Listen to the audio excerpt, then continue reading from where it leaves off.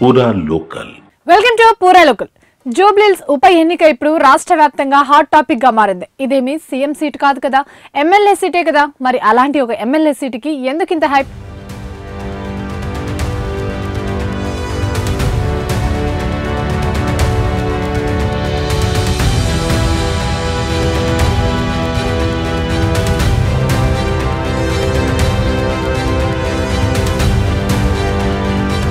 ఈ సీటు కింద బంగారు నాణ్యాలు, వజ్రాల హారాలు లేవు, కానీ బలమైన కారణం ఉంది.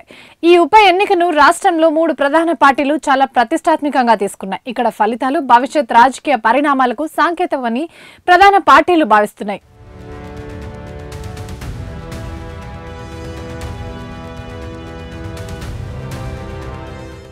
అందుకే ఈ ఎన్నికల్లో గెలిచి సీటు దక్కించుకోవడానికి సర్వశక్తులా పోరాడుతున్నారు. ఇప్పటికే పార్టీ నేతలు క్యాడర్ను భారీగా మోహరించాయి. బస్తీ, కాలనీల సంఘాలతో పాటు కుల సంఘాలతోనూ సమావేశాలు నిర్వహిస్తున్నారు. జూబ్లీహిల్స్ అనగానే అందరికీ గుర్తొచ్చేది సంపన్నులు ఉండే ప్రాంతం. నిజానికి నియోజకవర్గ జనాభాలో అధికంగా ఉన్నది పేద, మధ్యతరగతి వర్గాలే. జూబ్లీహిల్స్ ప్రాంతం ఆ నియోజకవర్గ పరిధిలో లేకపోవడం మరో విశేషం. ఈ క్రమంలో అసలు జూబ్లీహిల్స్ నియోజకవర్గం నైసర్గిక స్వరూపం, అక్కడ ఏ వర్గం ఓటర్లు ఎంతమంది ఉంటారు, గత ఎన్నికల్లో ఎవరు ఎటువైపు మొగ్గు చూపారు, ప్రస్తుత పరిణామాల్లో వచ్చిన మార్పేంటి, ఇప్పుడు ఇక్కడ ఓటర్ల ఆదరణ ఎవరికి ఉంటుంది అన్నది ఆసక్తికరంగా మారింది. నియోజకవర్గంలో 7 డివిజన్లున్నాయి. షేక్పేట, ఎర్రగడ్డ, బోర్బండ, రహమత్ నగర్, వెంగళరావు నగర్, యూసఫ్గూడ, సోమాజిగూడ అన్ని డివిజన్లోనూ భిన్న వర్గాల ఓటర్లు ఉండడంతో ఎన్నికల్లో తీర్పును కూడా భిన్నంగా ఇస్తారు. ఒక్కో డివిజన్లో ఒక్కో పార్టీకి ఆదరణ ఎక్కువగా ఉంటుందని గత అసెంబ్లీ, లోక్సభ ఎన్నికల ఫలితాలు స్పష్టం చేస్తున్నాయి.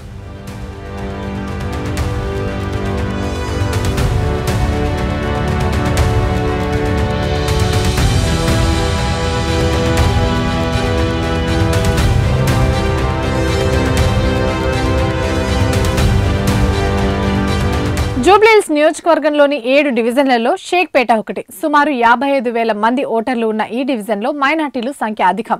కాలనీలు, బస్తీల కలయికతో పాటు గేటెడ్ కమ్యూనిటీలు కూడా ఉన్నాయి. దిగువ, మధ్యతరగతి వర్గాలు ఇక్కడ ఎక్కువగా ఉంటారు.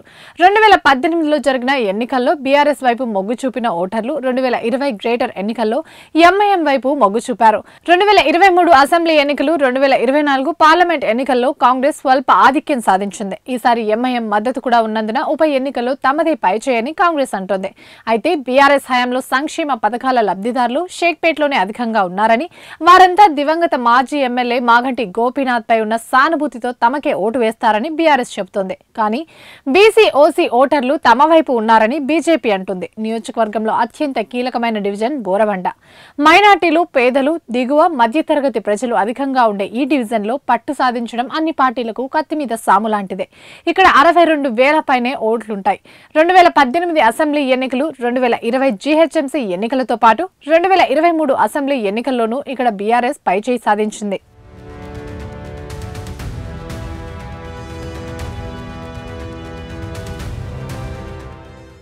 అయితే 2024 పార్లమెంట్ ఎన్నికల్లో కాంగ్రెస్ కు అధిక ఓట్లు వచ్చాయి. నియోజకవర్గంలో అతిపెద్ద డివిజన్ గా రహమత్ నగర్ ప్రత్యేక స్థానం ఉంది. సుమారు 65,000 మంది ఓటర్లున్న ఈ డివిజన్ లో మైనార్టీలు 60% ఉంటారు. వీరితో పాటు పేదలు, బీసీలు ఉండే బస్తీలే అధికంగా ఉంటాయి. దివంగత నేత పి జనార్దన్ రెడ్డి తన తల్లిదండ్రుల పేరిట స్థాపించిన ఎస్పీఆర్ హిల్స్ లో సుమారు 23,000 మంది ఓటర్లు ఉంటారు. కార్మిక నగర్ లో 21,000 మంది దాకా ఉంటారు. జవహర్ నగర్, ఓం నగర్, నేతాజీ, సుభాష్ చంద్రబోస్ నగర్ వంటి బస్తీల ఓటర్లు కూడా కీలకం.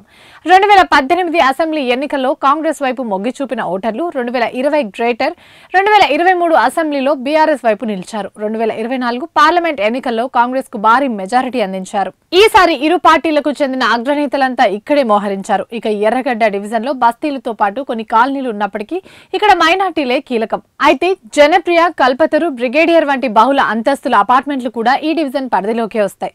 ఆయా అపార్ట్మెంట్లలో సుమారు 12,000కు పైగా ఓటర్లున్నారు. సైలెంట్ ఓటర్లంతా ఇక్కడే ఉండడంతో డివిజన్ ఏ పార్టీ వైపు మొగ్గు చూపిస్తుందన్నది చెప్పడం కష్టమే. 2018లో కాంగ్రెస్ కు, 2020 గ్రేటర్ లో ఎంఐఎం కు, 2023 అసెంబ్లీ ఎన్నికల్లో బీఆర్ఎస్ కు, 2024 పార్లమెంట్ ఎన్నికల్లో కాంగ్రెస్ ఇక్కడ ఆధిక్యం సాధించాయి.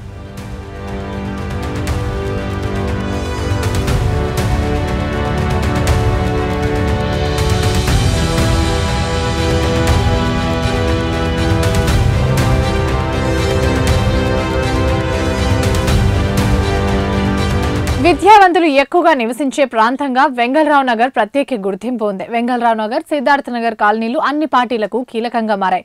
జవహర్ నగర్ లాంటి బస్తీల్లో కూడా కీలకమైన ఓటర్లు ఉన్నారు. 2018 అసెంబ్లీ ఎన్నికలతో పాటు 2020 గ్రేటర్లో, 2023 అసెంబ్లీ ఎన్నికల్లో బీఆర్ఎస్ వైపు నిలబడ్డ ఓటర్లు 2024 పార్లమెంట్ ఎన్నికల్లో మాత్రం బీజేపీ పక్షాన నిలిచారు.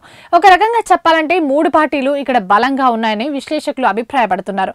ఇక యూసఫ్గూడ డివిజన్ లో సినీ పరిశ్రమలో బాగా పాపులర్. సినీ కార్మికులు ఎక్కువగా నివసించే కృష్ణానగర్ ఈ డివిజన్ లోనే ఉంటుంది. మధురానగర్ తో పాటు కృష్ణానగర్, వెంకటగిరి, యాదగిరి నగర్ బస్తీల సంహారంగా యూసఫ్గూడ విస్తరించింది. సుమారు 43,000 మంది ఓటర్లు ఉన్న ఈ డివిజన్ లో మున్నూరు కాపులు, యాదవులు, గౌడ్లు అధికంగా ఉంటారు. ఇక్కడ ఓటర్లు 2018 అసెంబ్లీ, 2020 గ్రేటర్, 2023 అసెంబ్లీ ఎన్నికల్లో బీఆర్ఎస్ వైపు నిలిచారు. 2024 పార్లమెంట్ ఎన్నికల్లో మాత్రం బీజేపీకి మెజార్టీ కట్టబెట్టారు. మరి ఇప్పుడు ఈ ఉప ఎన్నికల్లో అదృష్టం ఏ పార్టీని వరిస్తుందో చూడాలి.